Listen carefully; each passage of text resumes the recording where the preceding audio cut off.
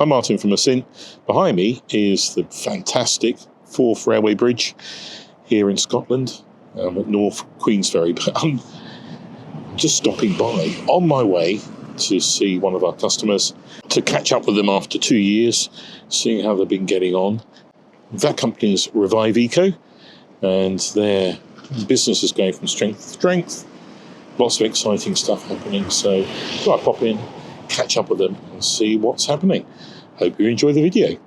I'm back with the guys at Revive Eco, the founders, Scott and Fergus, and really just an update. 2 years ago, I visited to find out what was happening and how they were utilising some of our equipment to develop new technologies to actually recycle coffee grounds and do something useful with them.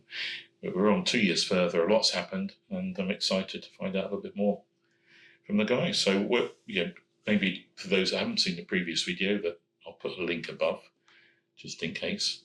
People that haven't seen that video in the past, can you just fill us in on what Revive Eco is all about, what you've done so far? Yeah, absolutely. So, I'm Scott, and Fergus and I are the co-founders of Revive. We founded the company just after graduating from university, and the focus of the company is all around circularity and trying to develop new, novel green processes that can valorize and extract value and extend the lifespan of waste, but also replace a lot of the sort of virgin ingredients that are used in a range of different industries like skincare and food and drink. So over the last couple of years, we've been focused on looking at used coffee grounds and exploring different ways that we can extract value from this material. So at the moment, we've developed a range of different ingredients, a coffee oil, surfactants, and a range of other things in the pipeline just now, and that's all derived from used coffee grounds that is essentially a waste product. What we're very much focused on trying to impact and disrupt a range of different industries and bring sustainability to a wider audience. Fantastic. So since I was here 2 years ago, what milestones have you achieved with that, specifically the coffee grounds development and proving proof of concept and going on beyond that? I would say the key things over the last 12 months have really been around sort of scale up and commercialization. The last time we spoke, we were still very much at the kind of R&D early stage. So we're kind of now at the point where we're kind of ready to bring these products to the market and really start to commercialize things. So the first sort of step in that process is scaling up our process.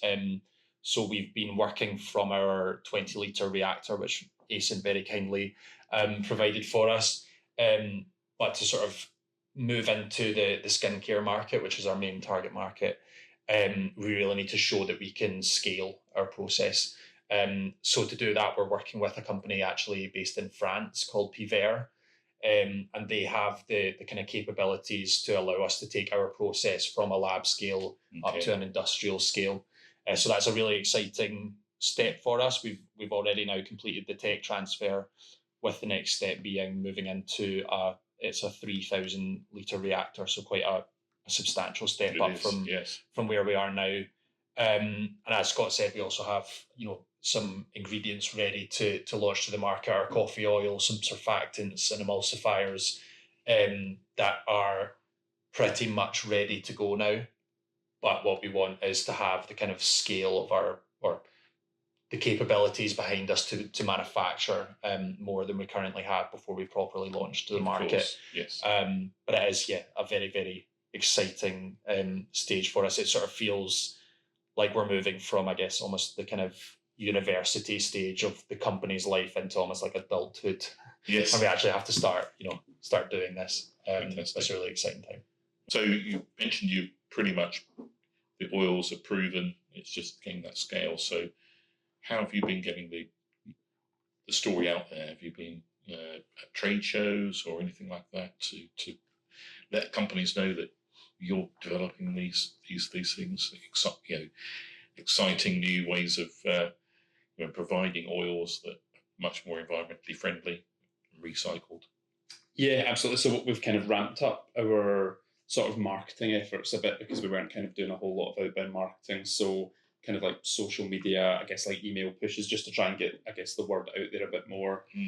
But yeah, we've now started attending sort of major industry trade shows, which has been a big step for us. So the biggest one was in cosmetics in Paris in April. So there was a few of us from the team went out there, and we had a stand as part of the UK pavilion. The feedback was like absolutely fantastic. There was all of the biggest cosmetic manufacturers, distributors, formulators were all there. We had our kind of suite of different ingredients and products there to showcase, and the feedback was brilliant, and the kind of engagement and the sort of leads that we've got on the back of that's been great. And I think it was the kind of almost the kind of acknowledgement from the industry that I think has helped us kind of move forward. It's shown that everything we've been developing, the industry wants and needs just now. So yeah, we're incredibly excited to kind of ramp up manufacturing and be able to get more ingredients and products in people's hands. Sounds very good. As soon as possible. Yeah. In the last 2 years, you've raised more capital, which has helped you get out there and prove that scale, prove the production ability of this, get to the trade shows. But over the next 12 months and onwards, what are the plans for growth and going beyond? Yeah, so our kind of, I guess, long-term plan is to license the process that we've developed. So the kind of plan over the next 12 months is essentially getting things in place to allow us to hopefully start licensing in the future. Okay. So a lot of that is proving that the process works, proving that there's a market for the outputs, and proving, to be honest, the logistics side of the business. I think a lot of people maybe discount how complicated the logistics side of the circular economy is, because with a standard chemical or chemistry process, you're just buying in raw materials and they come in when you need them. Whereas regardless of what our sort of outputs are, we are getting coffee every month. People aren't drinking enough coffee. Exactly. Or if the coffee drops off, our output drops off as well. So the logistics side of things is really important for us to prove as well. So all of that over the next sort of 12 months should all hopefully come together. We're starting to work with a large chemical manufacturer down in England that we hope will be that first kind of licensee or that first partner. That relationship is kind of being built right now. It's already really strong, and we're actually going down to see their plant next week, which is really exciting, down in Milton Keynes.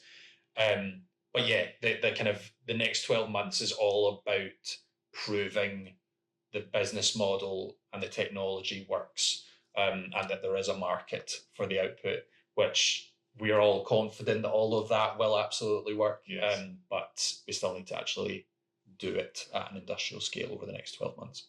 Just a question beyond what you were saying about the licensing and technology out there. What IP have you secured? Have you managed to secure technology IP for your process?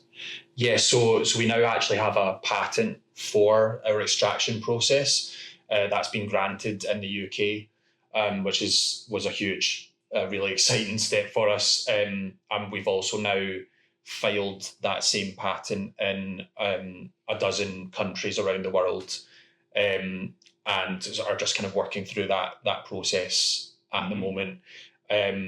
We kind of see ourselves as becoming a bit of a kind of IP generation company through licensing. So once we kind of scale up the coffee extraction process and start licensing it out, this lab here will then be already working on the next process, whether that be on a different food waste or agricultural waste or another type of waste stream, to produce a new circular process that hopefully we can patent and scale up and license as well.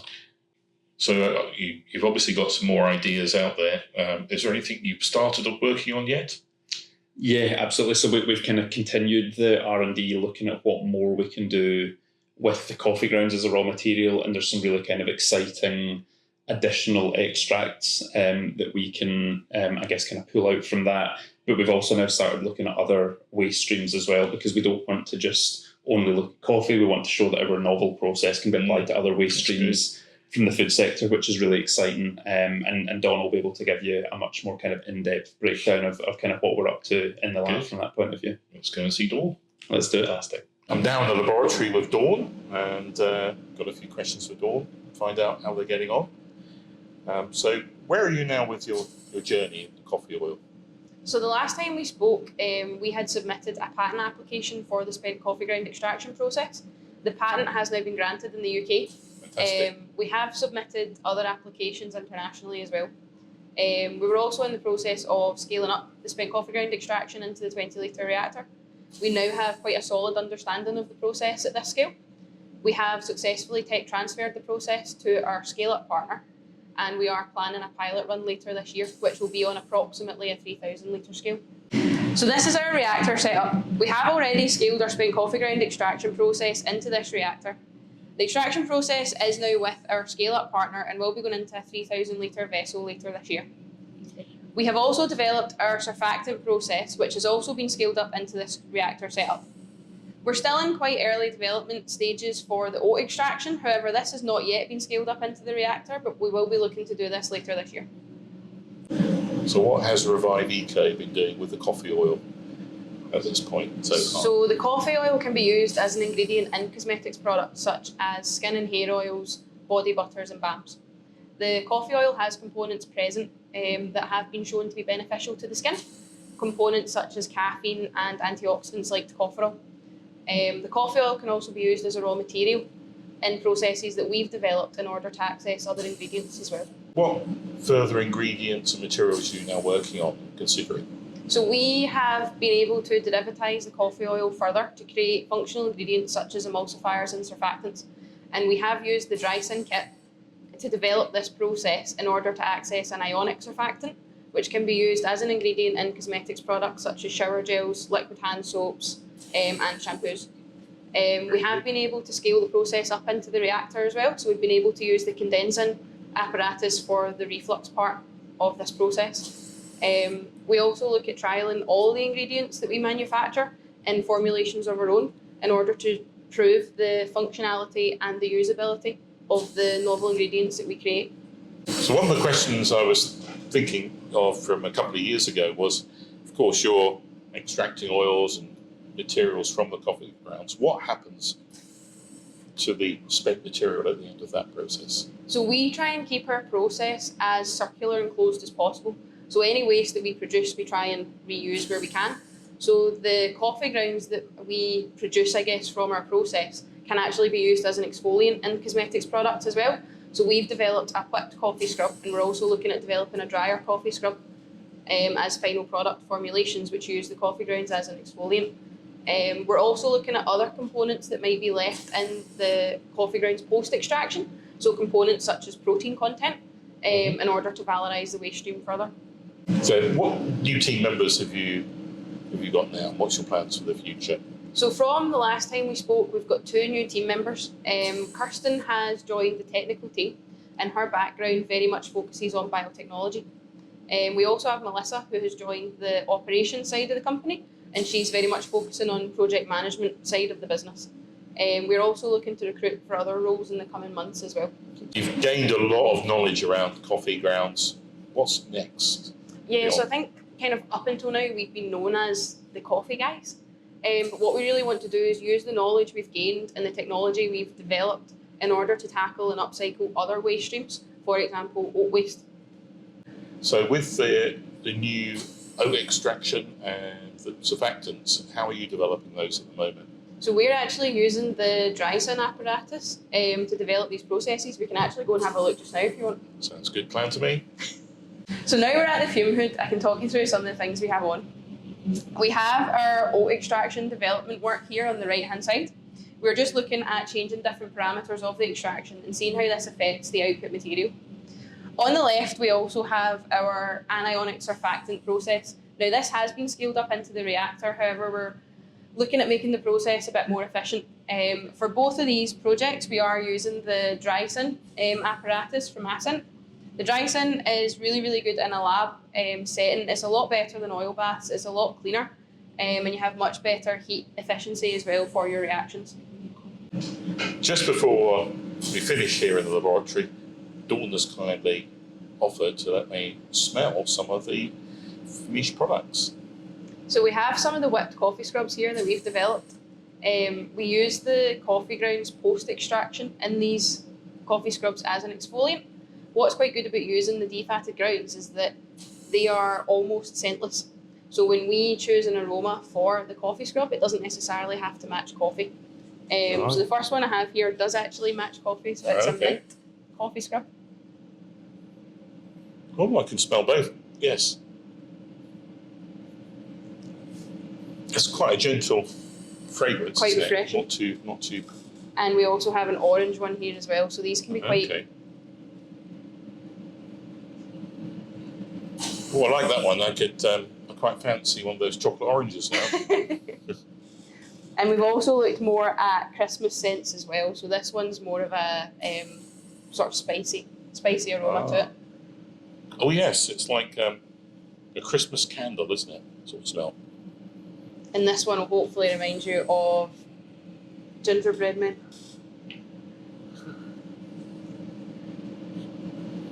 It's very gentle, that one, but yeah, I can smell that ginger sort of flavour coming through.